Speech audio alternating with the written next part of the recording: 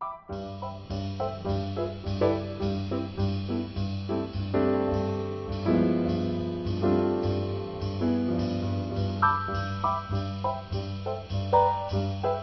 dinner, Michelle's husband insisted on reading her mind.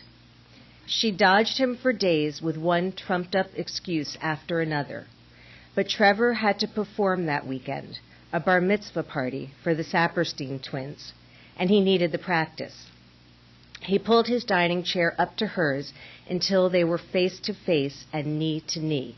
He was practically in her lap, his breath hot and oniony against her cheek. "Okay, sweetie, focus on my right pupil," he said. Anxiety buzzed down her spine. There was no graceful way out of it. Trevor was a patent lawyer, but on weekends he was the amazing Trevor, bending spoons and stopping clocks at wedding receptions and corporate awards banquets. It had been his hobby for the past 30 years, since he'd worked high school summers in his uncle's magic shop. Michelle looked into his right eye, trying to keep her eyes from darting evasively around. She used to like him reading her mind. She'd liked holding her hands above his, the air between them growing warm and dense, like something you could palpate with your fingertips. She'd liked the oak smell of his aftershave, the V-shaped scar that fluttered up out of his eyebrow. She'd liked his deliberate study of her eyes, the sensation of his gaze inside her head like a beam of light, illuminating the recesses. She'd liked the feel of her brain revealing itself to him. She'd imagined it as a jellyfish, translucent tissue pulsing open, chemicals released into the ether for his brain to sense and open to. But that was before, when her mind was clear and placid as a pond. Now her brain housed a secret, another man's face thrashing its way to the surface. "My pupil," Trevor said, "not my nostril." What had impelled him to bring home cheesesteaks for dinner? The musky smell of meat hung in the air. Her esophagus felt singed from the charred onions. She said, "Maybe I should go brush my teeth." She rocked back her chair, almost toppling it. He put his face up to hers and sniffed at her mouth. "Trust me, compared to 13-year-olds with Kugel breath, your onion breath is bush league. Let's focus, okay?" She concentrated on his pupil, trying to breathe deeply, to slow her heart. It wasn't like she believed in magic. She knew there had to be some trick to it. But when he studied her this way, it felt deeper than a trick. It felt elemental. Maybe it wasn't real, but something about it was true. Plus, he always got it right. The number between 50 and 100 that she was thinking of, or the address of her childhood friend, or Soul Train, the name of the shoe store where she'd worked one college summer. On their first date, he'd somehow divined her great-grandmother's name, Drusilla. Drusilla, of her family's ancient yellowed photographs, of the nervous smile and fox-head stole, whom Michelle couldn't remember ever mentioning to anyone. "Honey," he said, pointing at his right eye, "you're all over the place." How did he do it? He still wouldn't tell her, even after 7 years of marriage. She'd asked in the beginning, but then backed off. He liked impressing her, and until now she'd liked being impressed. What a relief to suspend disbelief. How often did married people get to do that? When the daily, grubby particulars, her yeast infection ointment on the toilet tank, his green sinus gunk in the bathroom sink, her socks stiff with foot sweat, his ejaculate watery from hair loss medication, kept grounding you in reality. Why did marriage have to be so realistic? Trevor sighed. "You're still mad about that sweater crack, aren't you?" he asked. "What?" "I'm sorry I said you looked like a referee. I'll buy you 2 of them if you'll just let your mind go blank."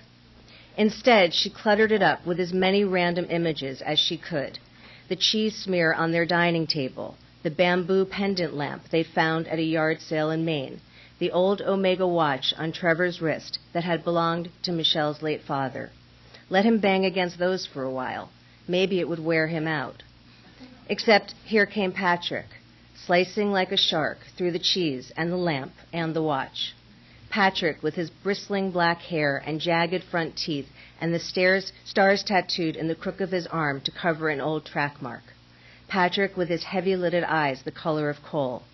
Patrick who'd broken her heart 10 years before when he left for San Diego, now back in New York, living on 3rd Street, less than a mile away. Trevor extended his hands. Michelle tensed her fingers to stop them from twitching as she lowered her hands onto his. "Hey, Shell," Patrick had said at the NA meeting 2 weeks before. "Miss me?" He'd been sitting behind her, and even before she turned around, her skin was prickling. How could it have endured all this time, the old coarse heat that still spiked between them? Her hands clenched into fists. Trevor stared at them. "What are you doing? This isn't guess which hand." "Wouldn't the which hand trick be great for the bar mitzvah?" she asked hopefully. "Which hand has the mezuzah?" Her voice sounded clotted with sand. She tried to clear her throat. "Why don't we practice that one instead?" "I can do which hand in my sleep," he said, prying her fingers open. "The Sapersteins are expecting some mind reading. Ever face a mob of dissatisfied Jews? The last time was at my bar mitzvah, and I'd rather not repeat it." Michelle placed her hands back in position, his guileless and cooperative wife. Not a wife who planned to visit her ex-boyfriend's new apartment that Saturday night while her husband was out mystifying party guests in Roslyn. A quick visit, 15 minutes, half an hour at most. Her palms felt sweaty. She tried to rest them on his with just the barest pressure. She'd never lied to Trevor before. Not about the nose job she got in 12th grade. Not about the time she voted for Reagan. Not even about her decade of heroin use. But she couldn't tell him how seeing Patrick had ignited an old current in her, the exhilaration of being newly clean. She and Patrick had met at an NA meeting 11 years before, counted days together, for a year run around New York like kids, the city in neon, their blood radiant. Everything had dimmed when he moved away, her heart a rundown battery. She'd have sworn she'd come to terms with it. The longing had dissipated over time, but here it was again, gripping her rib cage, squeezing her lungs. "Deep breath in, long breath out," Trevor said. She tried to concentrate on him, her husband, his candid blue eyes, the trustworthy curve of his jaw. He wasn't stark, like Patrick, or restless, or short-tempered. For all the gimmicked wallets and tricked-out card decks and handkerchiefs with secret pockets cramming every cabinet and closet in their apartment, when it came to their life, he was devoid of deceit. Who would risk such a lucky life? He told her to think of a word starting with M. Mishap, marriage, mistake, appeared in her head unbidden.